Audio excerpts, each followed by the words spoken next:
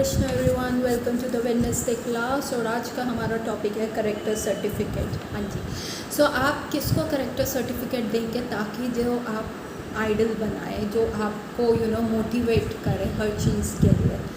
हम उन्हीं लोगों से इम्प्रेस होते हैं और हम उन जैसे बनना चाहते हैं, और जब हम जिसकी वजह से भी मोटिवेट होते हैं और उनके जैसा बनना चाहते हैं तो थोड़े टाइम में हमारे में वैसे वैसे गुण आने शुरू हो जाते हैं। तो आज का जो टॉपिक बहुत ही इम्पोर्टेंट है कि आपको किसको करेक्टर सर्टिफिकेट देना है, किस मतलब आप किसको आइडल बनाना चाहेंगे। क्या हिटलर आपके आइडल हैं, या कोई एक्टर, फिल्म एक्टर आपका आइडल है, उसकी क्या खासियत है, वो क्या चीज़ होनी चाहिए।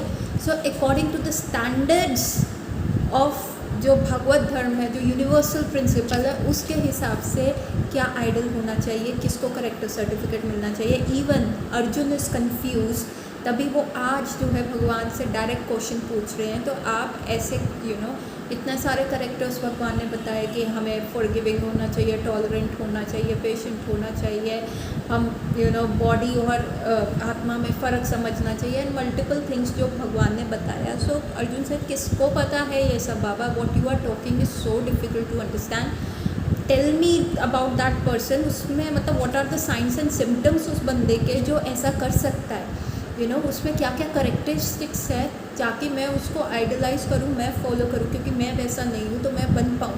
आई mean so much of confusion. So आज जो है टॉपिक करेक्टर सर्टिफिकेट, भगवान अर्जुन पूछेंगे आप किसको करेक्टर सर्टिफिकेट देते हैं। और ये इतना इम्पॉर्टेंट क्यों है, क्योंकि हमें आज के टाइम में सबसे ज़्यादा भुलेखा जो है इसी चीज़ का लगता है। हमारे सामने जो आइडल्स हमारे खड़े होते हैं, जिनको हम अपना आइडल बनाते हैं, क्या उनमें वो गुण है, क्या हम बैफल हो जाते हैं, क्या हम कंफ्यूज हो जाते हैं, या क्या हम ब्लंडर कर लेते हैं अपना आइडल चुनने में। क्योंकि जिसको आप आइडल चुनेंगे आप डेफिनेटली कुछ समय के बाद वैसे ही हो जाते हैं। सो शुरू करने से पहले हमेशा की तरह मंगलाचरण। ओम अज्ञानतिमिरान्धस्य ज्ञानञ्जनशलाकया चक्षुरुन्मिलितं येन तस्मै श्रीगुरुवे नमः। नमो विष्णुपादाय कृष्णपृष्ठाय भूतले श्रीमते भक्तिवेदान्तस्वामीति नामिने। नामस्ते सरस्वते देवी गौरवाणी प्रचारिणी निर्विशेष शून्यवादी पाश्चात्यदेशतारिणी। जय श्री कृष्ण चैतन्य प्रभु नित्यानंदा श्री अद्वैत गदाधर श्रीवास आदि गौर भक्त वृंद की जय। हरे कृष्णा कृष्णा कृष्णा हरे हरे, हरे राम राम राम हरे हरे, हरे कृष्णा कृष्णा कृष्णा हरे हरे, हरे राम राम राम हरे हरे, हरे कृष्णा कृष्णा कृष्णा हरे हरे, हरे राम राम राम हरे हरे। सो आज का जो करेक्टर सर्टिफिकेट का टॉपिक है वो अब अर्जुन आज पूछ रहे हैं, that is Bhagavad Gita chapter number 2 श्लोक नंबर 54। तो पहले पढ़ते हैं श्लोक। अर्जुन उवाच स्थितप्रज्ञस्य का भाषा समाधिस्थाय केशवा, स्थिताधि किं प्रभाषेत किं अस्तित्व्रजेत किम। अर्थात अर्जुन ने कहा, हे कृष्ण, अध्यात्म में लीन चेतना वाले व्यक्ति, जिसको स्थित प्रज्ञ कहते हैं, जो आप बता रहे हो कि वो किसी भी चीज़ से बैफल नहीं होता, हमेशा अपने आइडल जो उसका प्रिंसिपल्स है उसमें स्थित रहता है, कि क्या लक्षण होते हैं, what are the science and symptoms उस व्यक्ति के, वह कैसे बोलता है तथा उसकी भाषा क्या है, वह किस तरह बैठता है और चलता है। तो देखिए कितना इम्पोर्टेंट है। कृष्ण अर्जुन जानना चाह रहे हैं इन डिटेल्स कि ऐसा व्यक्ति कौन है जिसका इतना अच्छा आप करेक्टर डिस्क्राइब कर रहे हो। तो आप tell me what are the characteristic. तात्पर्य श्रील प्रभुपाद द्वारा, श्रील प्रभुपाद की जय। जिस प्रकार प्रत्येक व्यक्ति उसकी विशिष्ट स्थिति के अनुसार कुछ लक्षण होते हैं, उसी प्रकार कृष्ण भाव भक्ति पुरुष का भी विशिष्ट स्वभाव होता है, यथा उसका बोलना, चलना, सोचना आदि। जिस प्रकार धनी पुरुष के कुछ लक्षण होते हैं जिससे वह धनवान जाना जाता है, जिस तरह रोगी अपने रोग के लक्षणों से रुगुण जाना जाता है और विद्वान अपने गुणों से विद्वान जाना जाता है, उसी तरह कृष्ण का दिव्य चेतना से युक्त व्यक्ति अपने विशिष्ट लक्षणों से जाना जाता है। इन लक्षणों को भागवत गीता में जाना जा सकता है, किंतु सबसे महत्वपूर्ण बात यह है कृष्ण भावित व्यक्ति किस तरह बोलता है, क्योंकि वाणी की किसी मनुष्य का सबसे महत्वपूर्ण गुण है। सो कोयल और कौवा दिखते हैं काले, दोनों में नहीं बना सकते आप फ़र्क, लेकिन जो कोयल बोलती है तो वो मधुर वाणी लगती है, और जब कौवा का क्या करता है उसको वहाँ से उड़ा दिया जाता है। सो हर व्यक्ति देखने में तो सामान्य व्यक्ति की तरह ही दिखेगा, लेकिन जो वाणी होती है वो कैसे बोलता है वो सबसे ज़्यादा प्रमाणिक होता है कि उसके अंदर क्या चल रहा है। सो एक इसमें कहानी मेरे को याद आती है कि एक बार राजा अकबर बैठे हुए थे और उनके दरबार में एक व्यक्ति आया जो फ्लुएंटली कम से कम नहीं तो 100 लैंग्वेजेस, मतलब 30-35 लैंग्वेज या 100 लैंग्वेजेस, आई डोंट रिमेंबर उस समय क्या वो कथा थी, तो हम लगा लेते हैं 35 लैंग्वेजेस अच्छे से फ्लुएंटली बोल सकता था। और वो जाके चैलेंज करता है राजा के दरबार में कि कृपया कर कोई बता सकता है कि मेरी मदर टंग क्या है, मेरी ओरिजिनल लैंग्वेज क्या है, तो अगर आप बता देंगे तो मैं अपनी हार मान लूँगा। और यदि आप नहीं बता पाए, आपके राज्य में से कोई भी, आप यू आर फेमस फॉर नवरत्न, आपके यहाँ इतने वाइज पीपल हैं, आपकी मिनिस्ट्री में से अगर कोई भी नहीं बता पाया कि मेरी वर्नाकुलर लैंग्वेज क्या है, जो मेरी मदर टंग है, तो फिर आपको मेरे को this amount of prize money देना होगा। तो राजा अकबर जो है उसका चैलेंज एक्सेप्ट कर लेते हैं और फाइनली अपनी पूरी मिनिस्ट्री को बताते हैं। तो वो सबके सामने सारी लैंग्वेजेस बोलना शुरू करते थे। वो उड़िया फ्लुएंटली बोल रहा है, वो पंजाबी फ्लुएंटली बोल रहा है, गुजराती बोल रहा है, हिंदी बोल रहा है, इंग्लिश बोल रहा है। और जितने भी राजा अकबर के यहाँ पे मिनिस्टर थे, जो उस स्टेट के रिप्रेजेंटेटिव थे, सब वो कह रहे अरे यार ये तो बिल्कुल जैसे कहते हैं ना, जो पंजाब से, अरे ठेठ पंजाबी बोल रहा है, उड़ीसा वाले बिल्कुल सेम डायलेक्ट में बोल रहा है, बिल्कुल वो है। और फाइनली बीरबल के ऊपर समय आता है, बीरबल से पूछा जाता है तुम बताओ बीरबल, तो बीरबल कहता है आज नहीं बताऊंगा, मैं कल बताऊंगा, आज मैं थोड़ा सोचूंगा इसके बारे में। तो राजा अकबर उससे पूछते हैं उस व्यक्ति से कि ठीक है तुम्हें चलेगा कि अगर हम कल बताएं, तो कहता हाँ ऑफ कोर्स, मेरे रहने पीने का इंतज़ाम करा दो, मुझे चलेगा।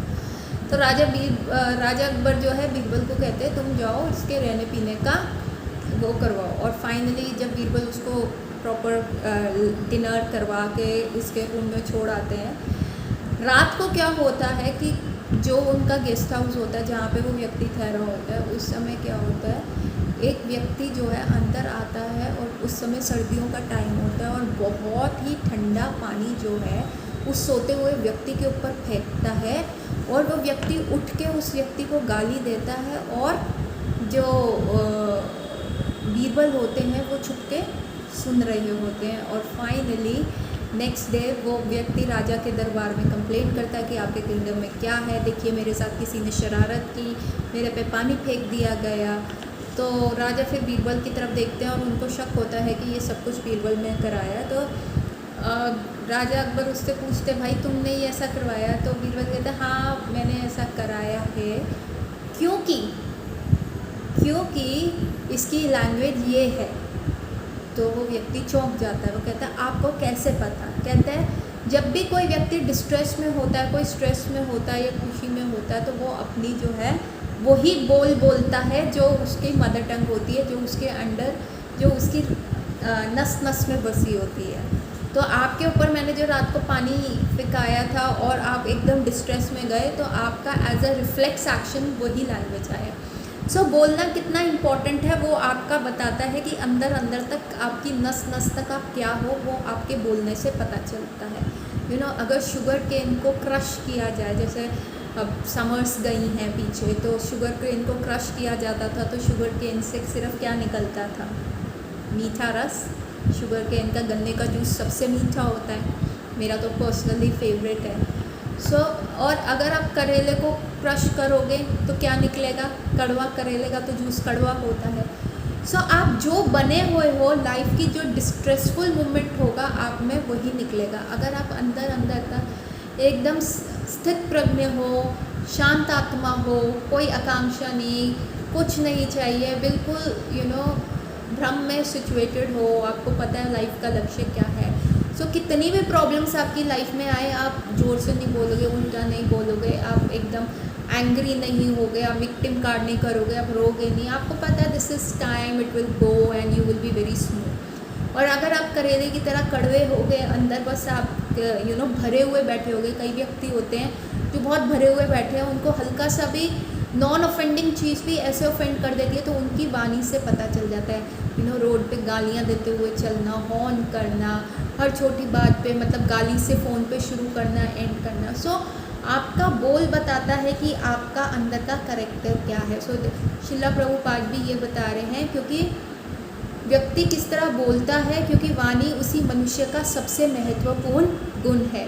कहा जाता है मूर्ख का पता तब तक नहीं लगता जब तक वह बोलता नहीं है, एक बने ठने मूर्ख का तब तक नहीं पहचाना जा सकता जब तक वह बोले नहीं, किंतु बोलते ही उसका यथार्थ रूप प्रकट हो जाता है।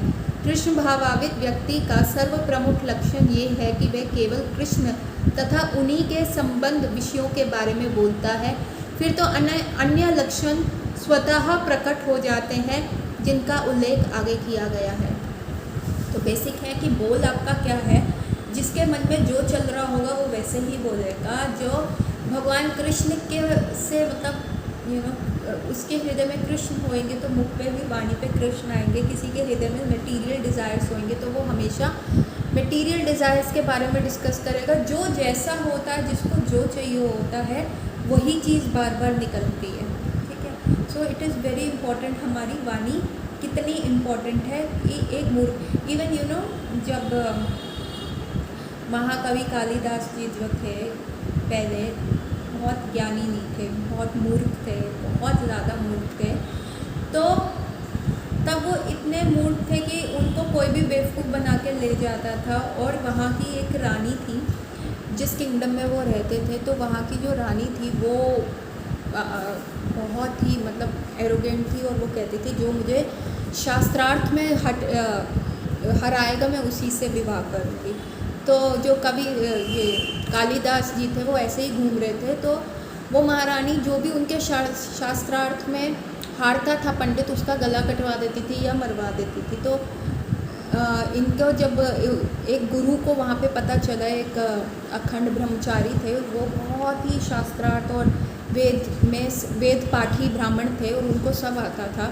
तो उन्होंने कहा देखो मैं रानी को तो हरा सकता हूँ, उस प्रिंसेस को हरा सकता हूँ, क्योंकि वो इतनी ईगोइस्टिक है। वो कितने सारे ब्राह्मणों को उनका जिसको कह रहे हैं फालतू ब्राह्मण्स की हत्या हो गई, ऐसे चीज़ को प्रूव करने में कितने सारे प्रिंस की हत्या हो गई।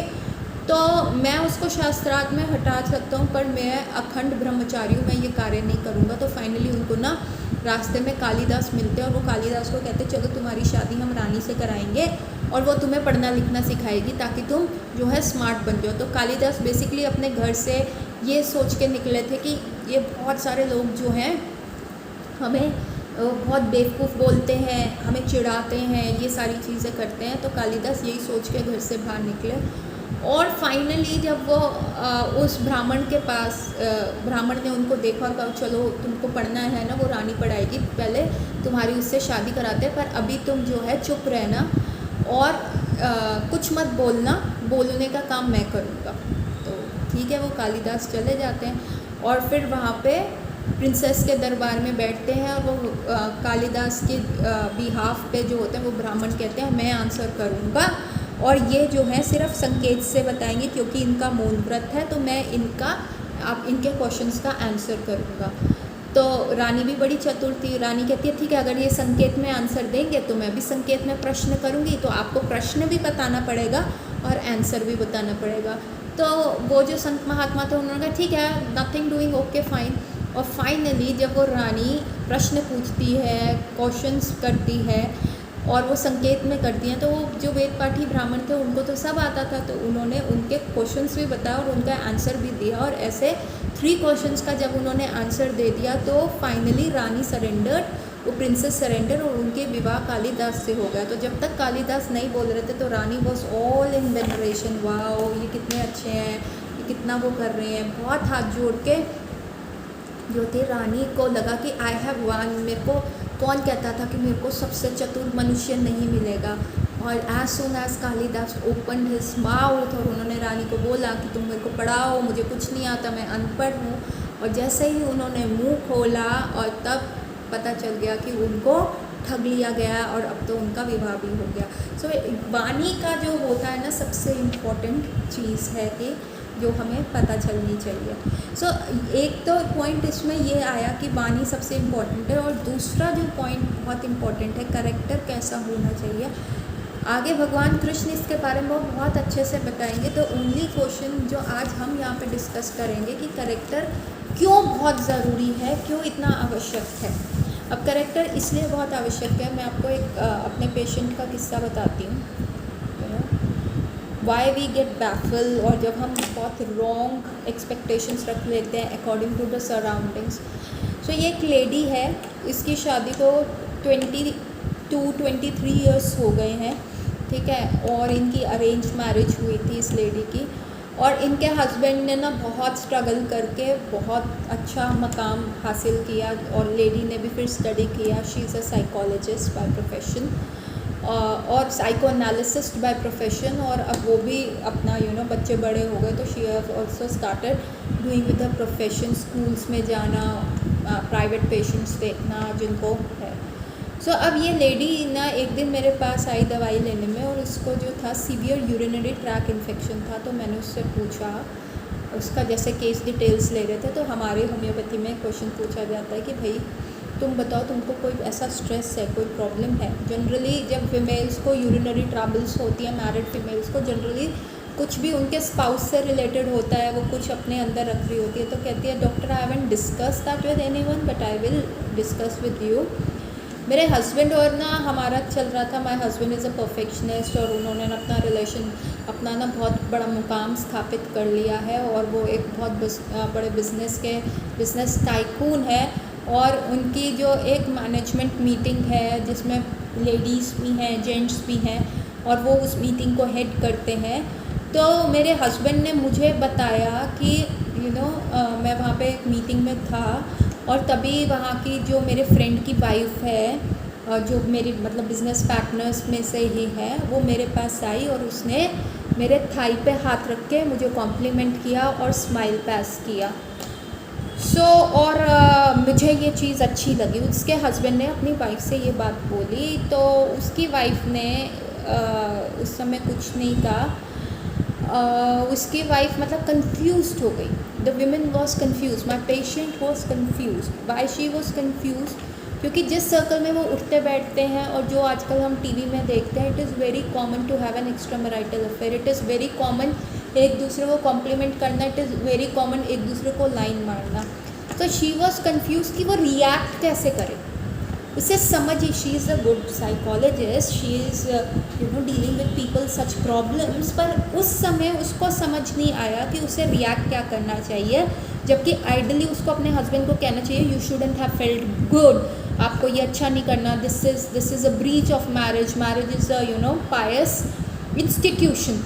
पर उसको ये चीज़ अंदर से फील हो रही है, पर आउटवर्डली उसको लग रहा है इट्स अ सोसाइटी में ऐसा होता है। आजकल तो द की वाइफ्स का भी सिस्टम है कि जहाँ पे लोग जाते हैं, जैसे किटी पार्टी होती है, अपनी चाबियाँ लेते हैं और कोई भी चाबी उठा लेते हैं, तो उसकी दे have a multiple sexual partner, मतलब जो दूसरे की बीवी होती है वो जिसके हाथ में जो चाबी आती है उसके साथ सेक्सुअल रिलेशनशिप बनाती है, इंटरकोर्स करती है, with no strings attach kind of a relationship होता है। सो शी थॉट कि this is common, may be I am overreacting, I am overthinking. और इसी डायलेमा में she came to me with the severe UTI, जो बहुत ही ख़राब था, उसका ठीक नहीं हो रहा था। She have gone through 3 antibiotic course. So when I explained her कि नहीं, जो उसके हस्बैंड ने किया वो गलत है, you should just step in and you should tell him कि ये जो तुम कर रहे हो ये तुम गलत कर रहे हो, आई डोंट लाइक इट, और ऐसा नहीं करो, क्योंकि वी आर मैरिड, और मैरिड इज़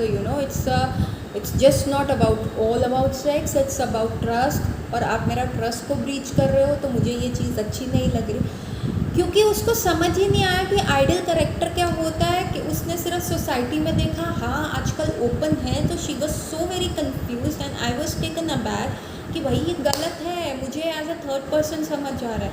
सो मैंने उसे समझाया, you go and you tell your husband don't do it again, this was the first and the last time, आगे मत करना, मुझे अच्छा नहीं लगा। इवन दो तुमने मेरे साथ ट्रुथ बताया, तुम कह रहे हो कि मैंने तो तुमको सच बता दिया, but step in and ask him not to do that again. So उसका जो इतना 3 टाइम्स एंटीबायोटिक खाया हुआ कोर्स से भी उसको फ़र्क नहीं पड़ा।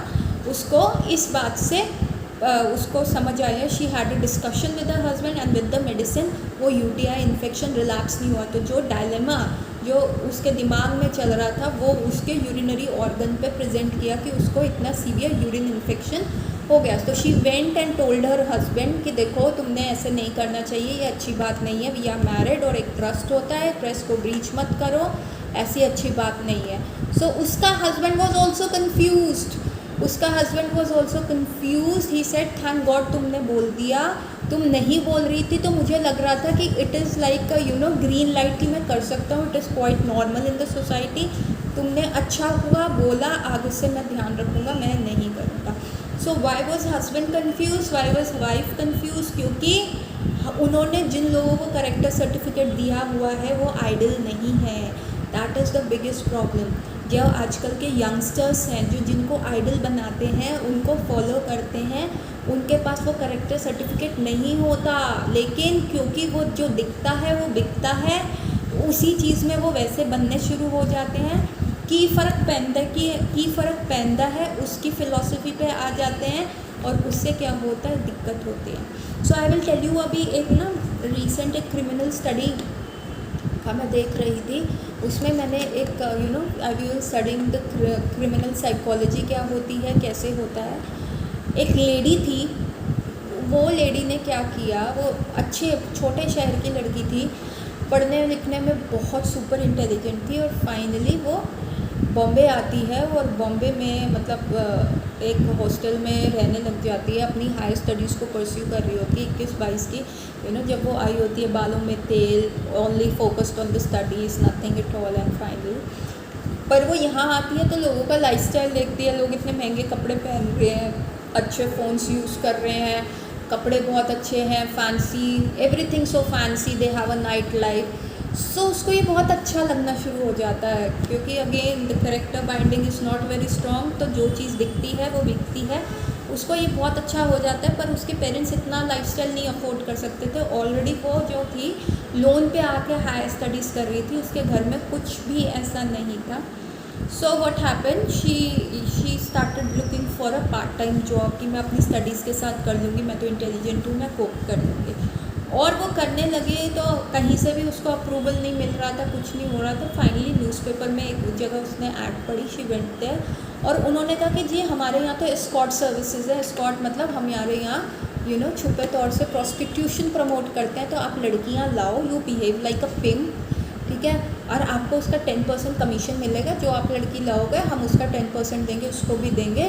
दे have to give sexual favours to बहुत सारे लोग।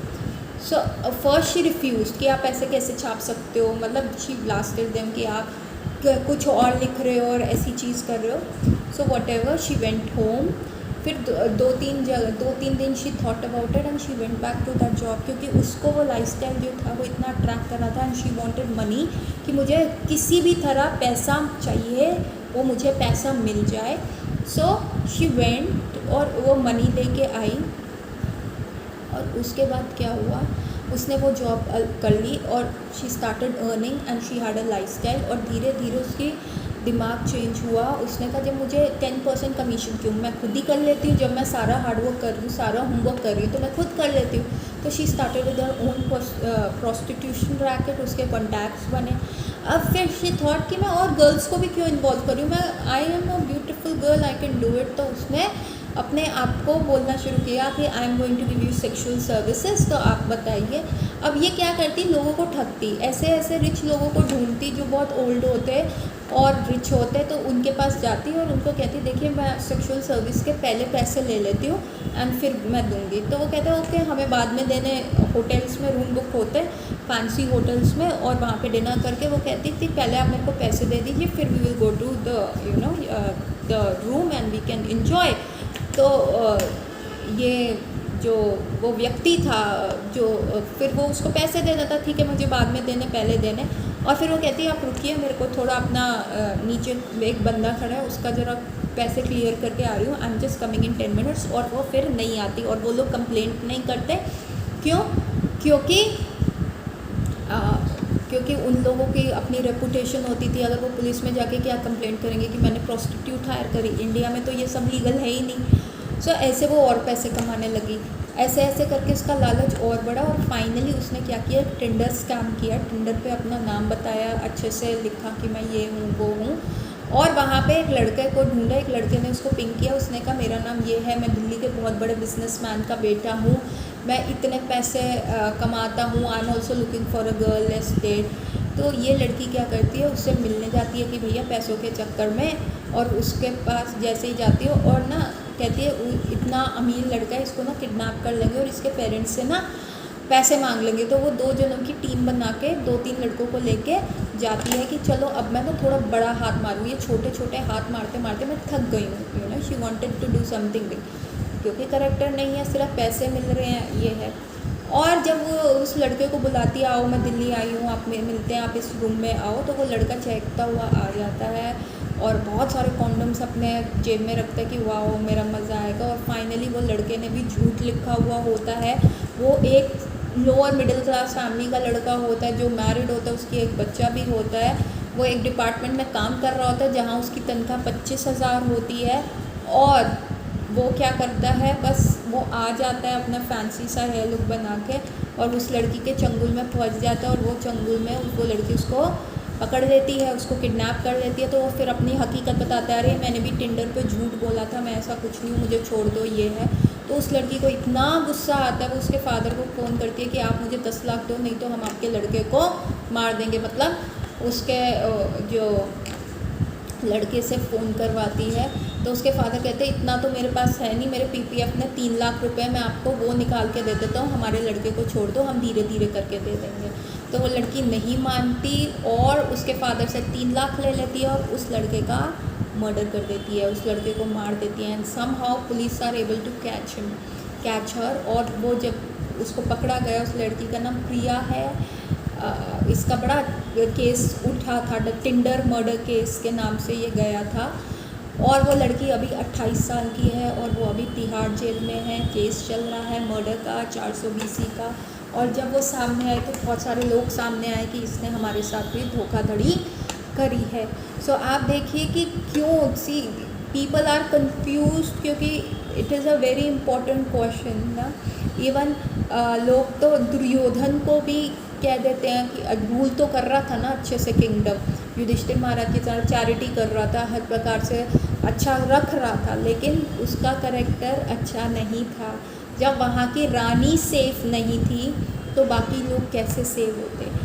ठीक है, तो बहुत सारे ऐसे स्टेज प्लेस बनाए जाते हैं कि दुर्योधन वॉज प्रोवोक्ड क्योंकि द्रौपदी हंसी थी। तो जो वो इंसिडेंट हुआ था कि जब वो इंद्रप्रस्थ के महल में आए थे दुर्योधन, उनका महल देखने, और जहाँ वो क्या कहते हैं, जिस दानव ने उस महल को बनाया था तो उसने ना बहुत सारा भ्रम क्रिएट कर दिया था। तो जहाँ ज़मीन थी वो ऐसा लगता था पानी है, और जहाँ पानी होता था वहाँ ज़मीन होती थी। तो दुर्योधन को नहीं पता था, तो वो सोच रहा था ये ज़मीन है लेकिन वो पानी था, और वो वहाँ पे स्लाइड हो गया। और तब वहाँ पे बहुत सारी लोग, स्त्रियाँ थी, वो हंस रही थी। इवन वहाँ पे द्रौपदी भी थी, वो हंस रही थी। तो युधिष्ठिर महाराज ने द्रौपदी की तरफ देखा कि तुम चुप रहो, लेकिन कृष्ण भी वहाँ बैठे थे। कृष्ण ने अलाउ किया, नहीं नहीं इट इज़ लाफिंग। कृष्ण भी हंसने लग गए और सब हंसने लग गए, और कृष्ण को हंसते देख द्रौपदी भी हंसी। सो दुर्योधन से द पार्ट ऑफ दुर्योधन जो अपना मल्टीपल प्लेस होते, बिकॉज शी लाफ्ड, मेरा ईगो हर्ट हुआ, इसलिए वॉर हुआ, इसलिए मैं प्रवोक्ड हुआ। अरे प्रवोक भी तो तभी होगे ना जब तुम्हारे अंदर गंध होगा। अगर तुम गन्ना हो तो गन्ने को किसी भी क्रंचिंग सिचुएशन में डालोगे तो वो जूस मीठा जूस ही देगा, लेकिन अगर तुम अंदर से ही करेले होगे तो कोई भी प्रोवोकिंग सिचुएशन होगा, आप भरे हुए बैठे उसी पे जो है उसको ही ब्लास्ट कर दोगे। सो बहुत सारी जगह दुर्योधन की बड़े सारे आजकल प्लेस होते हैं जहाँ पे दुर्योधन की आत्मकथा बताई जाती है कि दुर्योधन के साथ बुरा हुआ, उसको राजा बनना था, उसके फादर ये थे। सो उसके साथ हमेशा ख़राब हुआ, उसको विक्टिम बना दिया, जो कि सबसे बड़ा विलन था, विलन को विक्टिम बना दिया और लोग उससे सहानुभूति करते हैं। तो this is wrong. Why? Because अगर आप सही सोच से महाभारत पढ़ोगे तो दुर्योधन के अंदर वो सारे दुष्कर्म थे। इवन जब दुर्योधन पैदा हुआ था तो बहुत सारे सियार जो थे वो ज़ोर ज़ोर से हिंसियाने लगे, और तब जो वेदव्यास जी आए उन्होंने दशरथ को कहा तुम अपने पहले पुत्र का त्याग कर दो, नहीं तो ये कुरु डायनेस्टी के लिए पतन बनेगा। तो पहले धृतराष्ट्र मान गए और उसके बाद उनको इतना मोह हो गया कि वो नहीं कर पाए। तो बहुत टाइम वेदव्यास को ने समझाया। फिर जब वो दुर्योधन बड़ा हुआ तो उसकी जायज़ नाजायज़ हर दीवान पे धृतराष्ट्र जो थे वो मानने लगे। क्यों? धृतराष्ट्र के अंदर भी ये आ गया कि हाय मेरा लड़का पुत्र, अगर मेरा पुत्र जो है किंग बन गया तो उसके थ्रू मैं भी किंग रहूँगा। तो धृतराष्ट्र को ये मोह आ गया, तो उसके अंदर जो था वो दुर्योधन के थ्रू रिफ्लेक्ट करा, और दुर्योधन थ्रू आउट रोता रहा मेरे फादर अंधे हुए तो मेरा क्या गलत है, मेरे को ऐसे बोला कि इसको मार दो जन्म लेते हुए, मेरा क्या गलत है, द्रौपदी मेरे पे हंसी है। अरे बाबा, सबकी circumstances. Krishna was also born in jail. Krishna तो एजुकेटेड भी नहीं थे, ठीक है, उनके मदर पेरेंट्स को उन्होंने मिले भी नहीं थे जब तक वो 11 साल की एज के नहीं हुए थे। सो ही ऑल्सो सफ़र्ड। इतने सारे सुबह शाम रात को आफ्टर एवरी मील कृष्ण एक डीमन को मार रहे थे, इतना प्रॉब्लमेटिक थे। तो कृष्ण ने तो कभी नहीं कहा मेरे साथ ऐसा क्यों हुआ, ये क्यों हुआ, वो क्यों हुआ। सो कृष्ण वॉज, तो इसलिए जो आप विक्टिम कार्ड करते हो, आप किसी भी चीज़ को, अगर आपको ज्ञान नहीं होगा शास्त्रों का, what is right what is wrong का नहीं पता होगा, कोई भी फैंसी लैंग्वेज में कुछ भी मोल्ड करके आपको बेच देगा, बहुत अच्छे से बोल देगा, बहुत अच्छे से बड़े से पंडाल प्रोग्राम्स करके या बहुत फैंसी लैंग्वेज में रो के एक्टर बन के, करेक्टर छोड़ो, वो एक्टर बन के आपको बेवकूफ़ बना देगा, तो आप क्या करोगे। सो आपको पता होना चाहिए what is right and what is wrong. So what Duryodhana was doing wrong. तो लोग कहते हैं ना, कृष्ण में उंगली उठाते हैं कि उसने जानबूझ के वॉर कराई, दुर्योधन अच्छा रूलर था। दुर्योधन के रूल में एक रानी ही सेफ नहीं थी, तो वहाँ और लेडीज़ क्या होती। तो जैसा होता है राजा वैसी बन जाती है प्रजा। तो जब एक राजा, एक रानी, एक औरत का जो है, एक स्त्री का, वो भी राजघराने की स्त्री का, अगर वो जिसको कहते हैं एक सम्मान नहीं कर सकता, तो फिर आगे बाकी स्त्रियों का क्या होगा। सेम वे क्या होता है रावण के लिए भी कहा जाता है, अरे वो तो अपनी बहन के लिए लड़ गया, हमें तो रावण जैसा भाई चाहिए, राम जैसा नहीं चाहिए। क्यों? क्योंकि वो ने तो अपनी स्त्री को अग्नि परीक्षा में डाल दिया। जब आपको पीछे का करेक्टर ही नहीं पता होगा कि what they went through, what is the real story. Ravana went to Maricha कि तुम ना सोने का हिरन बनो, मेरी ना बहन को उसने ऐसे नाक कान काट दिए हैं, मेरे को रावण से ना बदला लेना है, राम से बदला लेना है। तो मारीच ने कहा you are talking about Ram, he is Vishnu. तुम राम के बारे में बात कर रहे हो, वो विष्णु हैं, उन्होंने मेरी माँ ताटका को मार दिया था और मुझे यहाँ फेंका है उनके एक बाण से। मैं इतने किलोमीटर्स दूर आके रहा हूँ, यहाँ मैं रह रहा हूँ। मारीच जो यहाँ रहता था, आज वो वहाँ पे मालदीव्स है, मारीच लैंड के मालदीव्स। तो मैं यहाँ पे रह रहा हूँ, तो मैं राम से नहीं पंगा लूँगा, इट इज़ वेरी डिफ़िकल्ट। और अगर तुम भी अपनी जान चाहते हो रावण, तो तुम यहाँ से चले जाओ। तो रावण बस कन्विंस की, ठीक है क्यों लेना पंगा, बहन कोई तो कर रहा है, कोई बात नहीं। सो ही वेंट अवे, और उसने अपनी बहन को समझाया। शूर्पणखा दोबारा आई ना, Shurpanakha knew what is the weakness of her brother.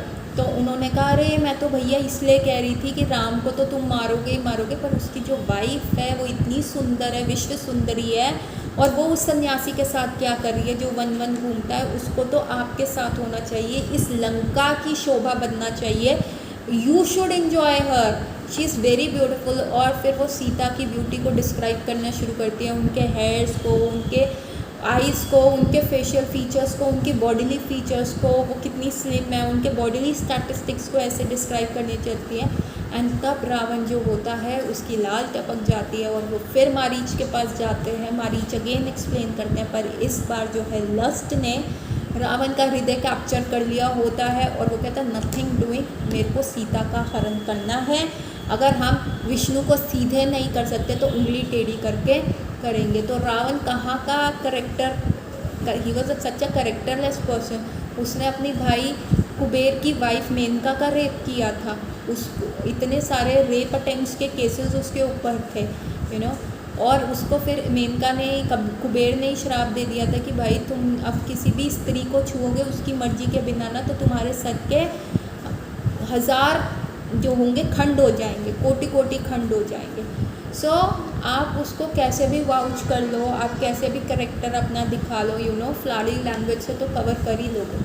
जब हम स्कूल में थे ना, हम एक स्टोरी पढ़ते थे और वो स्टोरी यहाँ के लिए बहुत ही वाजिब है।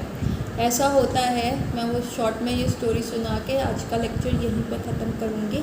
बहुत इंटरेस्टिंग स्टोरी है और आज का पूरा लेक्चर स्टोरी बेस्ड है। ये वाली स्टोरी तो बहुत ही इंटरेस्टिंग है और बहुत कम लोगों को पता होगी। ऐसा होता है, बहुत पुराने टाइम की बात है कि 2 एक्टर्स जो होते हैं वो प्ले में फ्रेंड्स होते हैं और वो एक प्ले में अच्छा से काम कर रहे होते हैं और वो इतना अच्छा काम करते हैं और वहाँ पे एक और लड़की होती है और वो दोनों फ्रेंड्स जो होते हैं उसी लड़की पे ना उनका दिल आया होता है और वो चाहते हैं कि हम इसी लड़की से जो है विवाह करें, पर वो लड़की से वो दोनों प्रपोज करते हैं और वो लड़की कहती है कि मैं ऐसा, मेरे को कोई नहीं है, मुझे तुम दोनों ही अच्छे लगते हो, मैं डिसाइड ही नहीं कर पा रही मैं किसको हाँ बोलूँ किसको ना बोलूँ, तो तुम ना कंपटीशन कर लो कि जो बहुत अच्छा एक्टर होगा ना मैं उसी से विवाह करूँगी। तो वो लड़की ऐसा बोल देती है। तो वो फिर रेस्टोरेंट में बैठे होते हैं और फाइनली वो ये सोच रहे होते हैं कि कैसे प्रूव करेगा कि कौन, कैसे पता चलेगा कि कौन कैसा एक्टर है।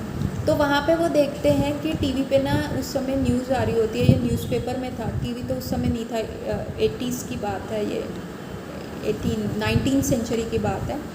सो वहाँ पे न्यूज़पेपर में पढ़ते हैं कि एक जो एसेसिन होता है, मतलब जिसे जल्लाद कहा जाता है, जो सबको मौत की सज़ा देता है, वो अपने जॉब से रिटायर हो रहा है और क्योंकि उसने बहुत सारे लोगों को अपने किंग के अंडर जो था बहुत निर्दोष लोगों को भी मारा होता है, ऐसे मतलब उसके हृदय नहीं काँपा कि वो इतने सारे लोगों को मारा और कैसे मारा। तो उसका आज रिटायरमेंट डे होता है और अब उस जल्लाद ना बड़ा वो हो रहा होता है कि लोगों का एंगर और हेट्रेड मिलेगा, जिन जिन फैमिलीज़ के छोटी छोटी रीजंस की वजह से भी उनके वहाँ के किंग ने उनको चोरी के लिए भी मौत की सज़ा दे दी होती है और हर चीज़ के लिए। और जल्लाद जो होता है हर सज़ा में जो किंग का साथ दिया होता है, तो सब लोगों का ना हेट्रेड उसकी तरफ होता है कि इसका रूह नहीं काँपी, कोई 19 साल का लड़का था, कोई 16 साल का लड़का था, उनकी कोई छोटी सी प्रॉब्लम के लिए भी उनको मौत की सज़ा मिल गई और इस जल्लाद ने किया। सो अब ये न्यूज़ आती है तो ये दोनों एक्टर्स क्या कहते हैं कि ठीक है हम ये केस लेते हैं। दोनों एक्टर्स जाते हैं उस जल्लाद से मिलते हैं और कहते हैं कि भाई पब्लिक का तुम्हारी तरफ गुस्सा है और शाम को तुम्हारा जो है रिटायरमेंट है और बहुत सारे पब्लिक के लोग आएंगे और वो जो तुम्हें गालियाँ देंगे और तुमको लास्ट स्पीच देनी होगी और बहुत सारे पब्लिक के लोग तुम्हें गालियाँ देंगे, तो मैं जो है तुम्हारा गेटअप, एक एक्टर कहता है, 2 फ्रेंड्स हैं ना, हम एक ए है और एक बी है। तो जो ए होता है वो कहता है मैं ना तुम्हारा रोल प्ले करके दिखाऊंगा और अगर मैंने लोगों के हृदय में उनकी नफ़रत को प्रेम में और रुला ना दिया ना तो फिर मैं ये बेट हार जाऊंगा अपने बी फ्रेंड से। तो बी भी मान जाता है कि ठीक है और वो जल्लाद भी मान जाता है कि ठीक है, उसको तो अच्छा है ना कि भैया उसको पब्लिक को फेस नहीं करना पड़ेगा, लोगों की हेट्रेड नहीं फेस करनी पड़ेगी और एक एक्टर उसका रोल प्ले करेगा और वो लोगों का हृदय परिवर्तन करेगा, एक अच्छा से स्पीच देगा, अच्छी सी एक्टिंग करेगा और जो हेट्रेड और गुस्सा जिन लोगों को उसने मारा है, जिन सारे लोगों को उसने मारा है उनके हेट्रेड से बचाएगा, उनका हृदय परिवर्तन करेगा। सो ऐसे ही होता है, ए जाता है, बहुत अच्छी स्पीच देता है, बहुत इमोशनल होता है, ऐसी एक्टिंग करता है, मतलब ये उसकी लाइफ की बेस्ट परफॉर्मेंस होती है। जितनी भी एक्टिंग उसको आती है सबका निचोड़ वो उसमें डाल देता है और वहाँ बैठे सारे लोग जो पत्थर लेके आए थे उसको मारने के लिए आए थे वो रो के जाते हैं। वो कहते हैं इस बेचारे की तो कोई गलती ही नहीं है, ये तो अपना काम कर रहा था। जो पत्थर लाए थे वो उसके ऊपर फूल फेंकते हैं, उसको आदर सम्मान देते हैं और उस जो है उसका रिटायरमेंट हो जाता है और ए बहुत खुश होता है कि भैया उसकी तो निकल पड़ी, उसने इतनी अच्छी एक्टिंग करी। और बी भी वहाँ से चला जाता है क्योंकि वो देखता है कि भैया ए ने इतनी अच्छी एक्टिंग करी। सो आप देख रहे हैं ना कि कैसे करेक्टर का असैसिनेशन हो गया, कि कैसे एक करेक्टर को दूसरे जो एक गलत था उसने किंग का साथ दिया, वो अपनी जॉब को क्विट कर सकता था लेकिन करेक्टर असैसिनेशन होके उसको दूसरे तरीके से दिखाया गया और यही कलयुग का लक्षण है। कहानी अभी यहाँ ख़त्म नहीं हुई। फिर क्या होता है, जब वो ए निकल रहा होता है पूरी एक्टिंग करके और सब उसको कर रहे होते हैं, तो एक बूढ़ा आदमी आता है और उसको कहता है कि तुम बहुत सही हो, मैं पूरी ज़िंदगी तुम्हारे लिए हेटरेड लाया, तुमने मेरे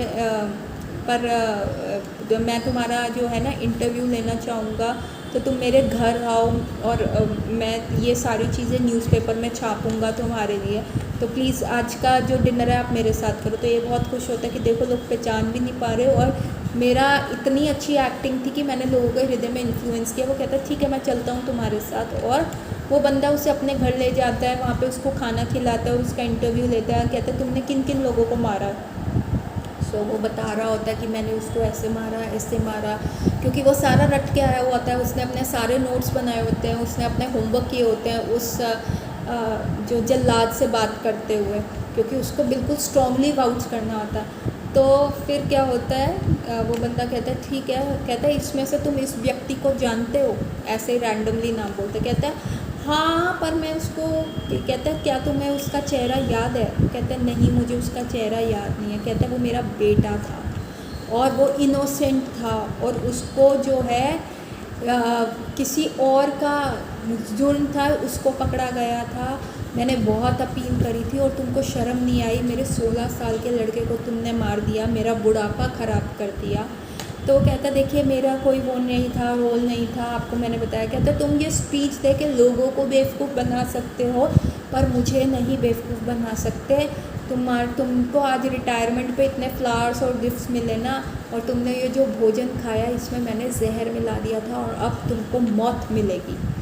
और वो बंदा रोने लगता है, उसके पैरों पे गिड़गिड़ाता है, कहता है मैं तो वो हूँ ही नहीं, मैं तो उसकी तरह से प्रॉक्सी कर रहा था, मैं तो ये एक्टर हूँ, मैं तो वो एक्टर हूँ, ऐसे कर करके रोने लगता है, मुझे प्लीज़ हॉस्पिटल ले जाओ, मैं मरना नहीं चाहता, ये है वो है। फाइनली क्या होता है, उसकी ये हालत देख के वो बूढ़ा आदमी अपना गेटअप निकालता है, और वो कौन होता है, वो होता है एक्टर बी।